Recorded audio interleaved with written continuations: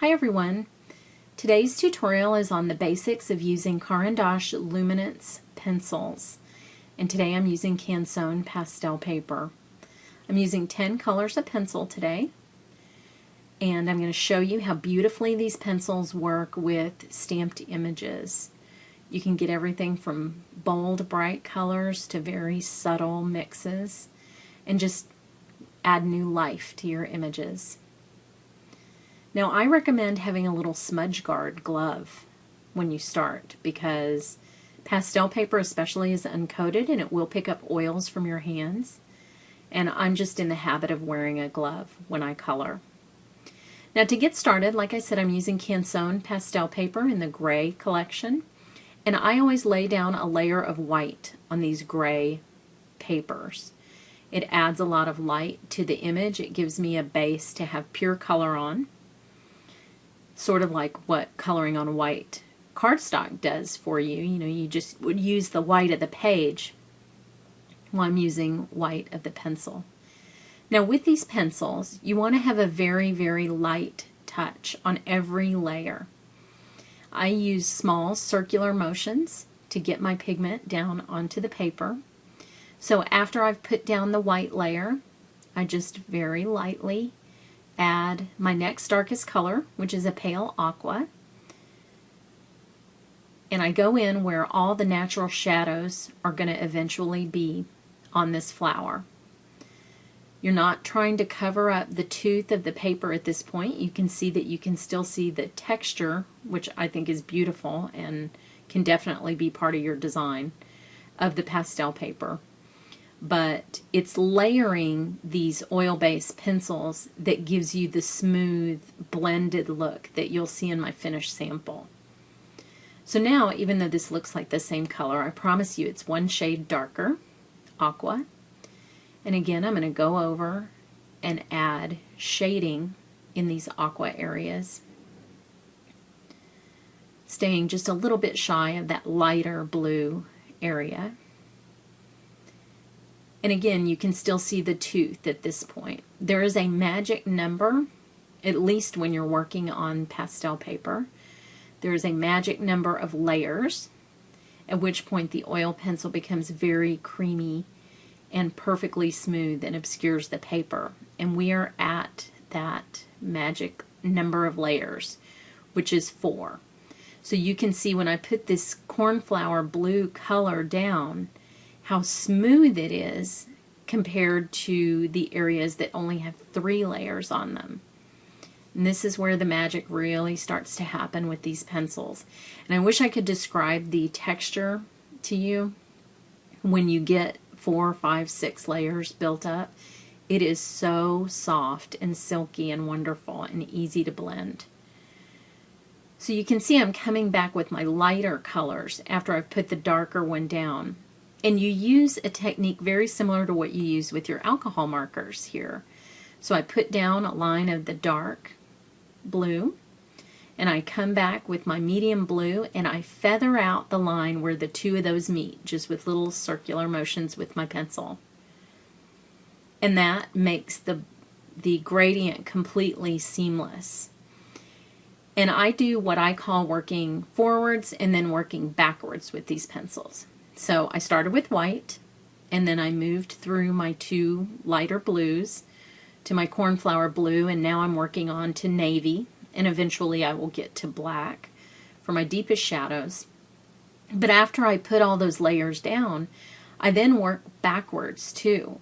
I go back and blend in the whites and come back with the lighter colors and move into the darker colors. And you'll notice when they start to just meld together and be seamless. And it's just this process of going back and forth through your light and dark shades. Now, what usually happens to me is I'm usually pretty good about going around the whole flower, which with each of these successive layers. But when the magic melding starts to happen on the 4th layer, and it starts to get all smooth and fun and just a joy to blend, then I kind of tend to hang out and finish one petal at a time and move on. This flower image is from Stampin' Up. It's called Blended Bloom. And as you can see, compared to my hand, it's really a pretty large image. So in real time, not sped up, from start to finish, I think it probably took me an hour to color this flower, and it was a completely joyful hour. Some people might be faster than me. I tend to take a lot of time and go over and over and over again because I like them to have that super smooth, silky look. But like I said, you can leave the texture of the pastel paper there and they are just as beautiful. Now I'm going to teach you my trick about light and shadow. So I hope you have a notebook and a pen, because it's just the best tip that you're ever going to get in the art world. I can promise you that. And that is that I don't care where my light source comes from. So I'm a little non-traditional that way. On an image like this, what I'm looking for is just a beautiful contrast between light and shadow, and I don't care where that happens on the flower. I don't think there are light and shadow police that are going to come get me if my light source is coming from each side, or if it's sort of universal, or if it doesn't make sense, you know, like it came from an alternate universe, or maybe I live in a world with two suns. I just don't care. I'm just trying to make pretty things. So if you like precise shadows and consistent light sources and you don't live on my planet with two suns, then you can do a good, perfect job of shading your images. But I'm just having fun and making art. Now you can see I've left some of these petals with a little bit of texture, so you can see the contrast between the ones that are finished basically and very smooth, and the ones that still show the tooth of the pastel paper. They're both beautiful. I just happen to love the smooth, silky, soft look of the blended petals. Now, one of the things you might want to do fairly frequently while you're using these pencils is sharpen them. You'll notice that mine are going through various stages of sharpness as I use them. I probably sharpened the blue pencils and the black and the white, so basically everything that wasn't used for the center of the flower. I probably sharpened them each, I don't know, 2 to 3 times during this exercise. And that's because I'm working in fairly small areas. You can see, especially with the white on the edge of the petals, I really needed a fine tip there. In some of the center areas of the petals, I didn't have to sharpen as much. But I have a little bullet Prismacolor sharpener, which I love. It's perfect for these pencils, and you know, the barrel holds all your shavings, so you don't really make a mess.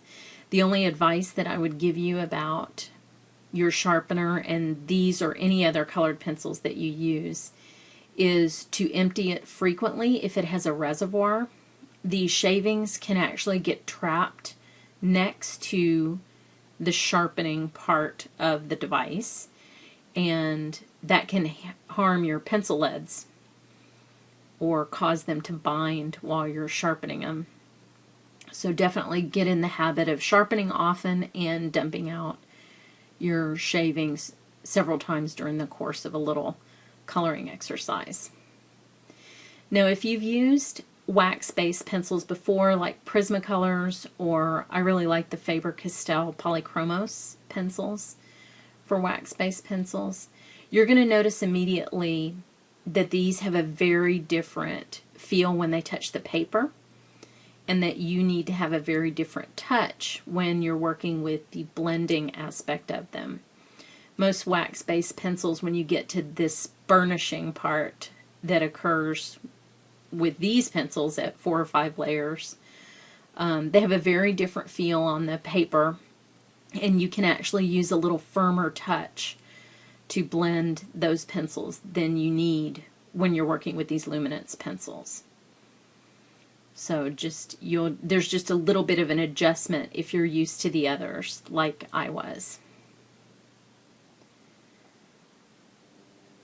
That's why we have to have all the pencils, because we have to be able to do all the things. We can't just have one kind. That will not do. And I could not be more in love with a coloring method than I am with these right now. Now, most websites do carry them in open stock, so you can start with a few colors, and I'm telling you that because these are not inexpensive pencils.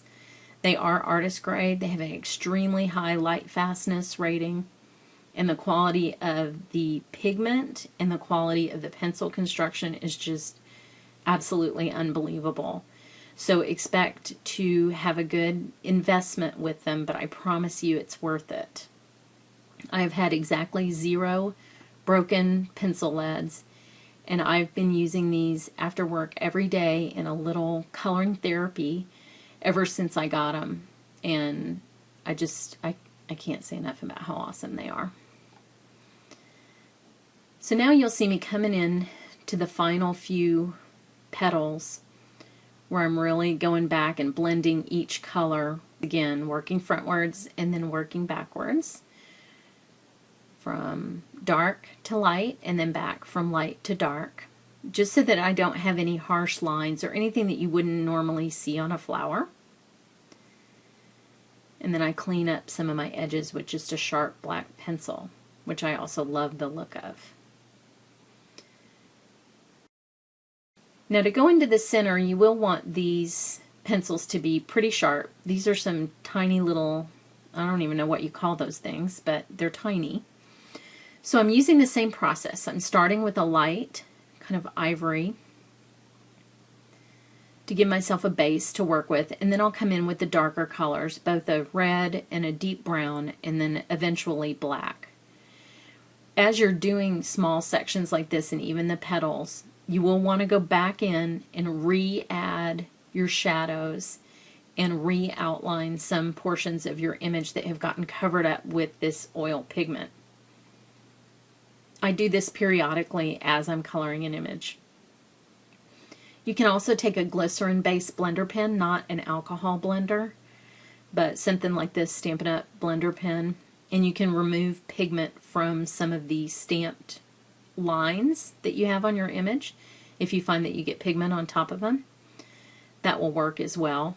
For me, I kind of enjoy the process of coloring, and so I like putting the black back in, like I'm doing here, and touching up my image that way. And once you add the black and go back with a few little very sharp white highlights, then this flower image it's really pretty much done. I hope you enjoyed it. Thanks so much for watching.